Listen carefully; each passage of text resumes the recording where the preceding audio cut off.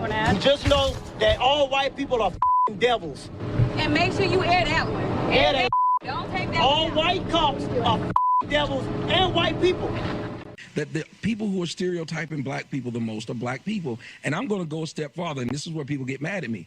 The black women are the cause of a lot of this violence that you see in the black neighborhoods. The numbers prove it. The fact that you see them fighting all the daggum time. When you take fathers out of these homes, it's creating these huge problems. And nobody talks about it. Barack Obama said black women are the backbone of the black community and black men need to pay child support. This is your president said this. You sit right here with mommy. Don't be afraid. Okay. You see what they do to us, right? You see what they do to us, right? You fight them. Okay. They are not for us. Okay. They want to kill us.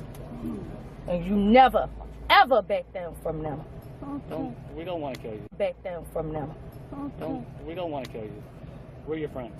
We're here Do to you help believe that? No. Oh, okay. Because if you ever notice, and you can tell a black person this, why is it that every place in America that's very, very violent has two things in common?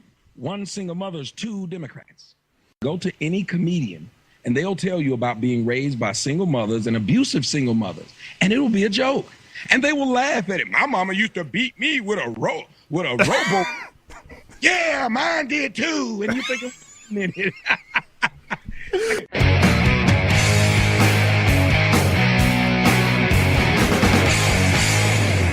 My little brother, as suburban as it gets, he had in my parents' house, he had a shoe closet that was bigger than most of his friends' actual room, just for shoes.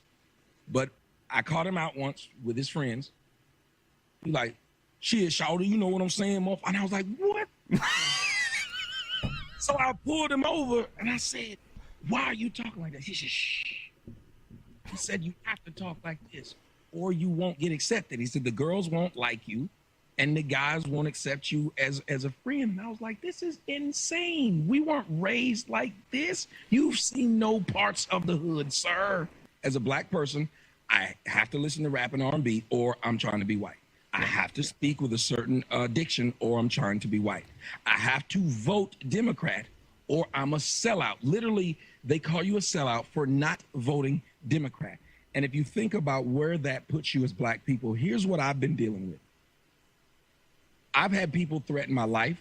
They put my address out on the internet. One woman threatened to rape and murder my daughter because of my YouTube video. Wait, a woman did? Yes. How does that go? How does that happen?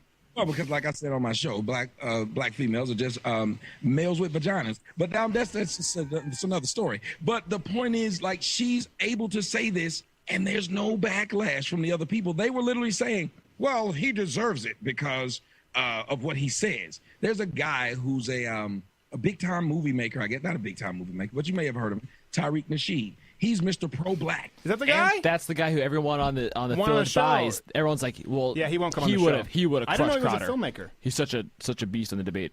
Yeah, he made a few films called Hidden Colors. And it's supposedly about how black people are magical and melanin is great and it cures everything, and white people are trying to siphon melanin out of black people. Now, melanin is what gives us our skin color.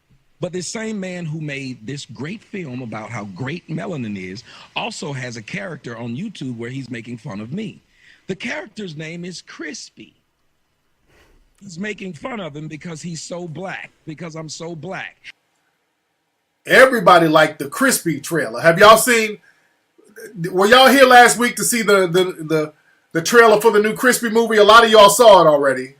I told everybody I'm making a movie, but I stole all the money, and now I gotta go hide in another galaxy, everybody. I'm looking for a planet full of white women, everybody.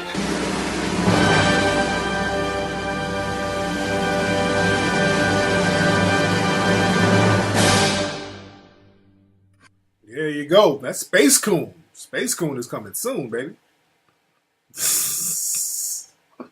And all the black people laugh at this character called Crispy because he loves white women and cocaine, and all he does is help white supremacy. Now, black people who are saying that melanin is magical laughs at black people who are my color. If you grew up in a black I neighborhood, don't even think of you as that black. I knew a guy from Barbados who, I mean, I swear to you, at our graduation dance, he shut off the lights and it was nature's camouflage. It was so dark. I don't even see you as that. Like, see you as like in the middle of the spectrum. Well, no, black people have been so whitewashed in America that the biggest form of supremacy that faces most black people every day is black supremacy, not white supremacy.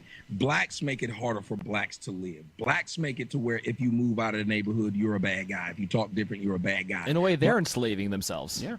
Thank you. Yes, that's what's happening. Blacks are held to this weird standard of failure. And I remember a friend of mine who dropped out of college so he could sell dope. I shit you not.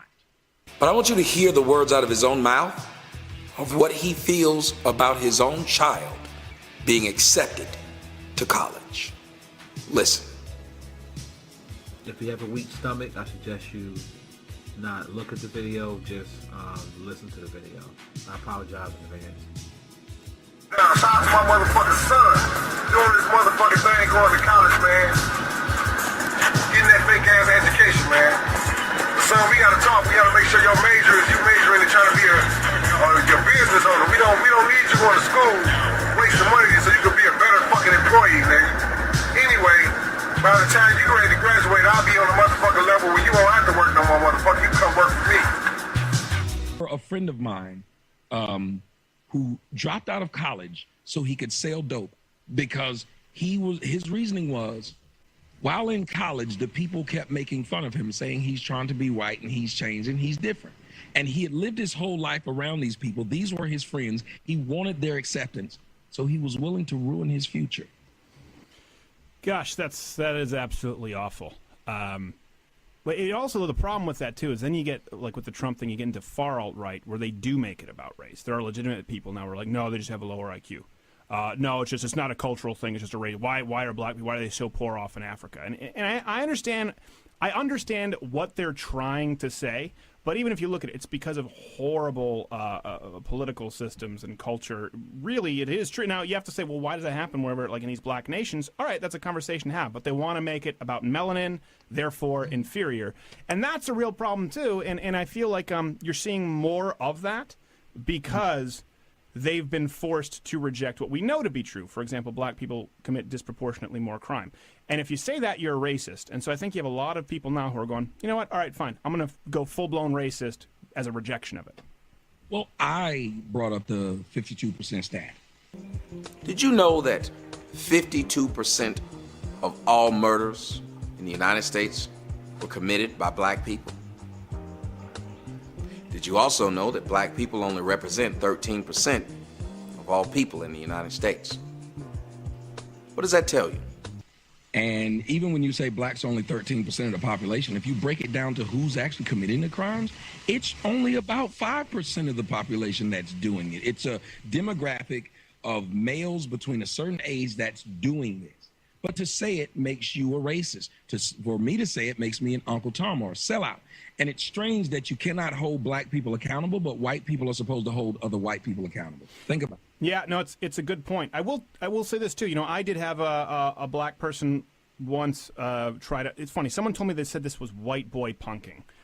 One of my black friends at church when I told him the story. I didn't know if that's a term. That's a term he used. So I have a dog, Hopper. He's a Doggo Argentino. So for people who don't know, it looks like an all-white pit bull mixed with a Great Dane. So, you know, listen, in the inner cities, in Michigan, they were overbred because people thought, oh, this is like a bigger than a pit bull a little bit, but they're not fighting dogs, they're hunting dogs, and so they've been discarded, so he's a rescue. Well, I was driving to Texas for Thanksgiving, and I stopped by Choctaw Casino, and I was just letting Hopper go to the bathroom. So big, gleaming white, very handsome dog, and a black guy came up, and he said, oh, man, thanks, you found my dog. I said, sorry, people are going to get mad at the impression. I said, I'm just doing impressions of whoever it is, so get over it, people. And I said, no, this is not your dog. He said, yeah, no, man, that's my dog. That's my dog. That's a Doggo Argentino. That's my dog. I said, nope, sorry, this isn't your dog. He's actually from Michigan. So, no, man, I ain't even lying to you. You better give me my. And he started walking up to me. And so I took Hopper, I put him in the back of the car, I closed it, and I locked it. And I walked right up to him, and I said, that's not your dog. Don't come any closer. And he, oh, my bad.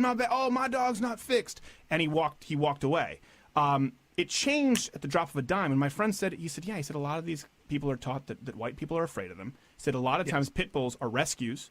And so you have a lot of white people who just go, they're rescuing a pit. And a guy goes, oh, it's my dog. And they go, oh, I'm sorry. And they give them the dog because they figure maybe the dog got lost. He said that's very common. And he said we use the term like punking. And he was very surprised that you didn't go along with it. Is that... Have you ever seen the movie War Dogs? No. You need to see it. Number one, it's a good movie. But number two, Jonah Hill, the exact same thing happened to him. He was having he shows where he walks up to these black guys and he's buying weed from them. He gives them $500. They take the money and then they just look off. They sit there. And he's like, where's my product? And they said, excuse me, white boy? He's like, where's my product? They were like, you don't have any product. He said, but I just gave you money. They said, you didn't give us shit, white boy, and you better walk off. Does he walk off? Yeah, well, he says, oh, okay, my bad. Well, he walks off, but he goes to his car and he pulls out an AK. But this is something that happened when I was young. I remember, and I hate to admit it, I took a white dude's Jordans. I took a white dude's Nintendo.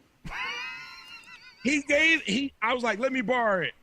And I could see the look on his face because he knew I already had like 3 of his things, and he knows borrow means you're not getting it back. He still did it?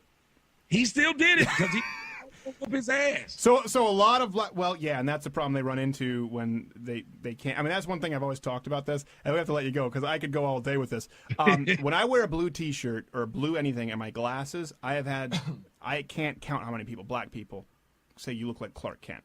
And I think the big reason is just because they're not used to seeing a pretty big white guy with glasses. So kind of nerdy, but also bigger than them. Right. And so I definitely have run into, in grappling, for example, in Brazilian Jiu-Jitsu, judo, where there's this assumption that you're intimidated, but it all goes away once you get on the mats. So I've kind of encountered it, but I didn't know if it was an actual thing. So, well, thanks for your transparency. You took Nintendo and Jordans. Yes, I did, and he can't say anything about it because the statute of limitations is done. And it is true, though. I will say a lot of white people are absolutely terrified of black people. I mean, even the progressive liberals, a lot of them are scared, and they don't want to admit it. My family goes to a church that's, let's say, 40% black, 40% white, and 20% other. I've been around it so much. But even then, I would be lying if I were to say, if I'm in an area of Detroit or if I'm in an area of South Dallas, and not someone like you, I wouldn't think twice. But people who are mimicking criminal culture, even if they're white, I guess at that point, so it's a moot point. Pants down to their ankles. Yeah, I'm going to be on alert. Well, if you think about it, and I want you to tell your liberal friends, if you love black people so much and you think the people in the inner city are being mistreated, why is your home around white people? Even Tariq Nasheed, Mr. Pro-Black Talk, make all these hidden color films. Guess where he lives? Right in the Hollywood Hills. So he doesn't live around any of those so-called black people that he's standing up for. What does that tell you? You don't believe the stuff you're saying yourself. Ice Cube tried this once. He tried to live in the neighborhood when he broke away from NWA because he was saying he's down and he's going to stay around amongst blacks. He explains why he moved. He said, they kept robbing me because they knew I had money. When I first moved into my neighborhood, people know I moved to Arizona. Arizona is racist, right? Arizona is racist. They didn't want to recognize Martin Luther King's holiday. So they racist, and everybody needs to know how racist they are. All right.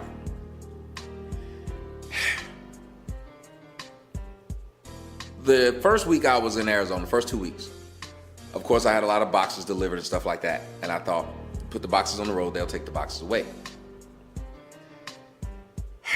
Well, they didn't take the boxes away, and it was still on the road. And I'm lazy. So what happened was, one day in my foyer, the way my house is built, it's built in a circle. And then there's an inside to the house before you get inside to the house. And I used to leave that door open. Well, what happened was somebody white took all of my boxes off the street and put it inside of the foyer area, whatever you call that. I thought that trash people had gotten my stuff, so I'm going out to the foyer one day and I see all these boxes. I'm heated. I start walking around my property, cussing, because I'm thinking the white folks just stuck my garbage back inside my house. A couple of days later, my neighbor, one of my neighbors, he comes through and says, no, I took that stuff off the street because if you had left it there, you would have gotten fined. Bulk trash is only the first Tuesday of every month. He risked his life walking inside of my house to get stuff off the road so I didn't get fined, and he'd never met me. Fast forward to today. Excuse me. 2 times before today. I let my cat out. For some reason, I don't know how to own a cat. The cat wanted to go outside. I let the cat out. I assume the cat know how to get back home. The cat normally comes back home. There's been 2 occasions in which my cat has come back home. White people brought it to me. One of them was telling me about how coyotes will eat the cat. They each brought it back and was like, you have such a great cat. They introduced themselves to me, let me know what they do. I gave them my card, let them know what I do. Today, I had because you guys know I'm trying to put together the editing bay in my house for when I edit my movie, not only my movie, and every other project afterwards, so I have everything right there.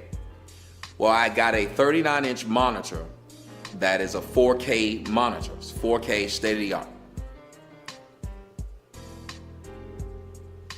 Apparently, Amazon decided your neighborhood's so nice, we'll just leave it out in the front. They just left this television out in the front, and they delivered it at 12. And you guys know I was going through a bunch of crap today, so all I did was sleep today. I checked my email, and it says there's a box that had been delivered. Then my doorbell rings. I get up, it's my neighbor, and my neighbor says, well, this was dropped off to you today, and it's just sitting out here. I don't want it to sit out here, don't know what could happen. I don't think anybody will take it. But if you were home, I was just letting you know that I'm the only black person that lives in my neighborhood. I'm the only one. And I can understand, I probably get the looks of what is he doing here? He must be some kind of rapper or something like that. So I posted this on my Instagram. Today, when I got home, when I brought home all this crap, one of my neighbors saw me pull in. A few minutes later, he and 2 other guys came with him. They said they had been looking at some of my stuff because once I gave them the card, they wanted to see who I was, which is smart.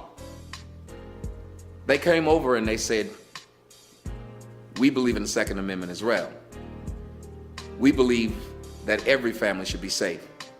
And we believe in this neighborhood, we all look out for each other. They were literally looking like Navy SEALs or hunters. They had their weapons on them. They said, whenever you leave and go out of town, you let us know. If there's anything that looks out of place, we'll keep an eye on your house. And if you ever need some help, you let us know.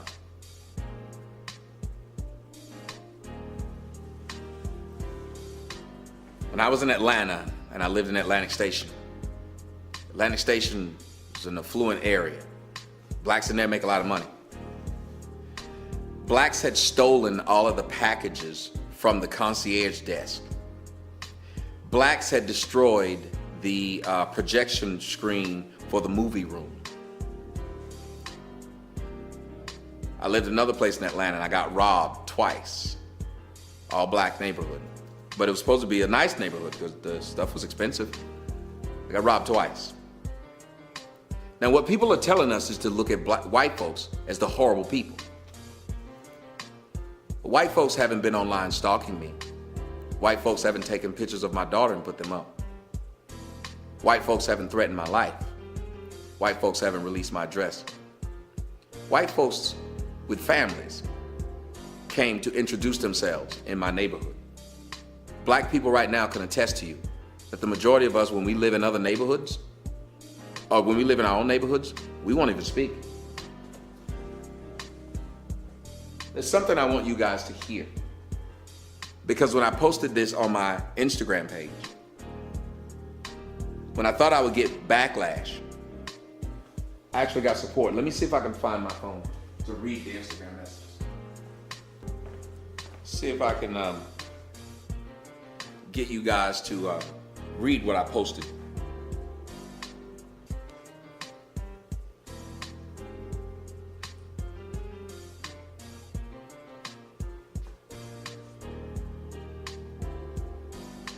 I posted a picture of my box where it was sitting at outside, the monitor for the box for the monitor, before I brought it in the house. And I said, Amazon wild as hell.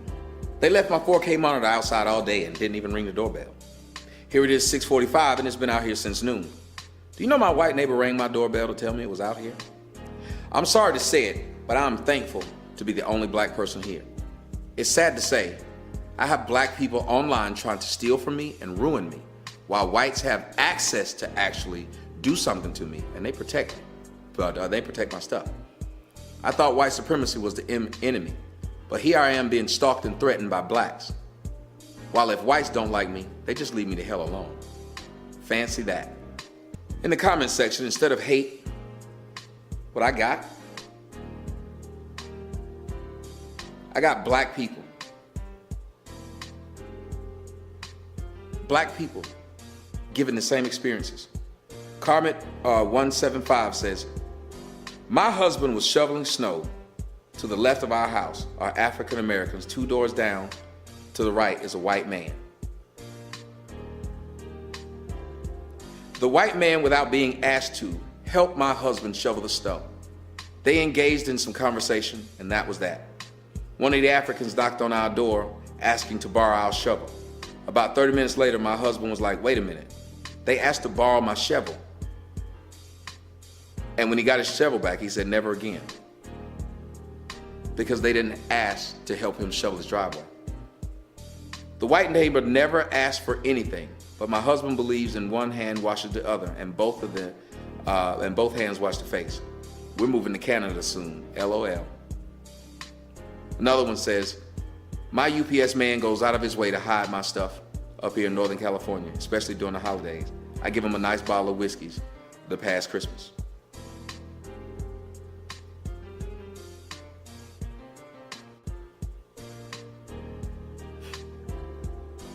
All these things that I'm getting. Another one, black man says, the only time I've had my mail and other stuff stolen from me is when I had a ghetto-ass roommate, rough years ago. He even tried to steal my identity and credit. Since I've been living in a nice suburban residence, it's a shame that I've had no problems. Very few black people. Another person, prolific Heat King, said, real shit. I had a set of white neighbors who would watch my house when I would stay away, even cut my yard sometimes. Been in this house for 4 years, and the black dude next to me has never spoken.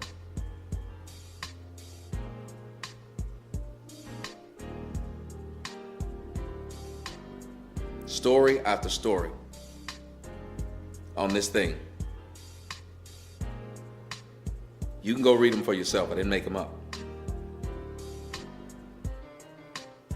Return to Forever said, sad truth, 90% of all the harm that will come to a black man's life will be from another black man. Wake up, y'all. Black woman wrote, I've knocked on my neighbor's door as well. I enjoy living in a white and Asian neighborhood. Delaney Cheeks said, you're a lucky man, Tommy. If that were my crib, Negroes would have snatched that box up and sold it before noon.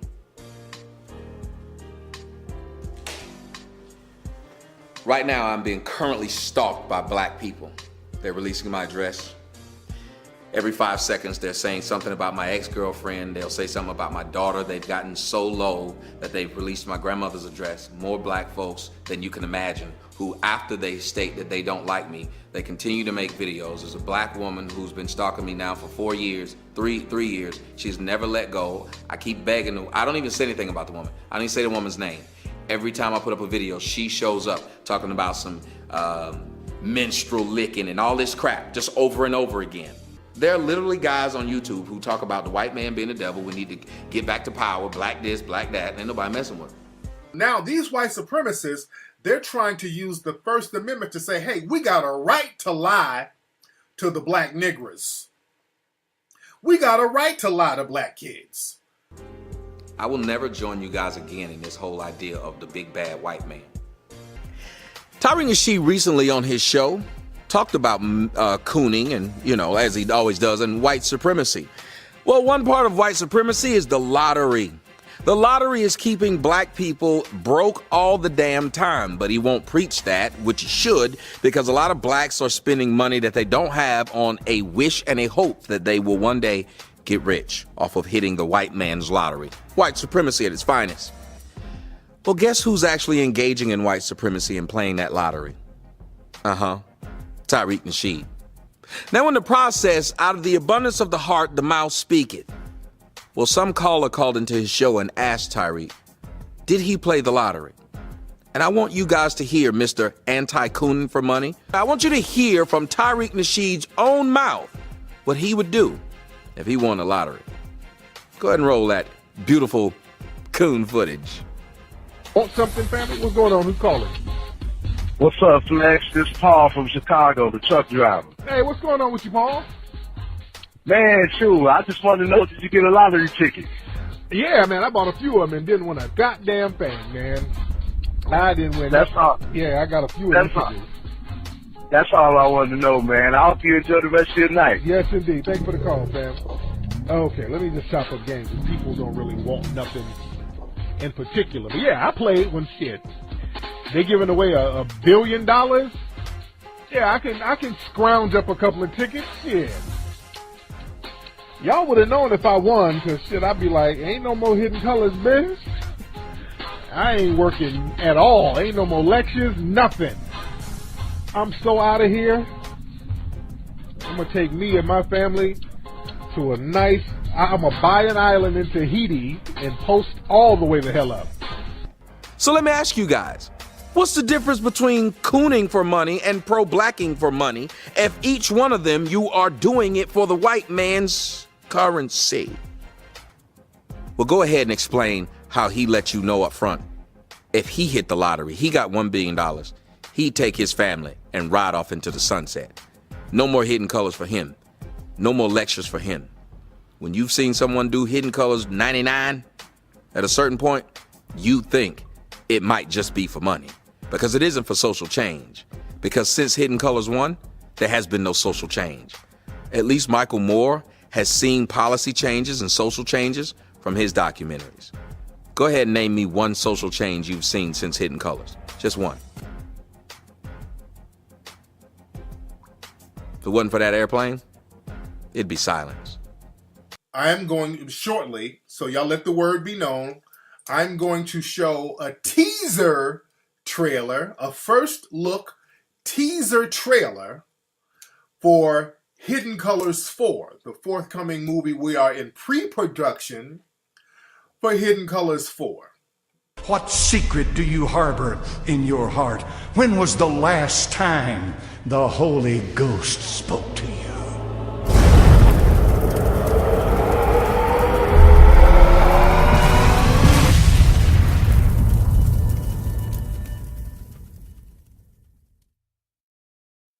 Yes, indeed. That is it. Nigga, man, it's about to get real. It's about to get real with this one, dude. Man, we about to get real. He said, do I think white supremacy will come for me? Dude, they're already coming for us. They're coming for us anyway. They're coming for us anyway. And that's the thing. With this one, we're going so hard, black folks get kind of nervous. So this is the Kickstarter. We need to, and the Kickstarter, the minimum we're trying to get is 60,000. We got 50. The minimum was 50,000. We got like 70-something thousand. We need to get $500,000 for this one. We should easily be able to raise that with this. But yes, indeed. Oh, we have 13,000 already. Let's keep that momentum going, family. We're doing good. We're doing great already. With Kickstarter, we are good. We at 13,000. It's been 29 minutes. We raised 13,000 in 29 minutes. That's real talk right there. That's how we supposed to do it, family.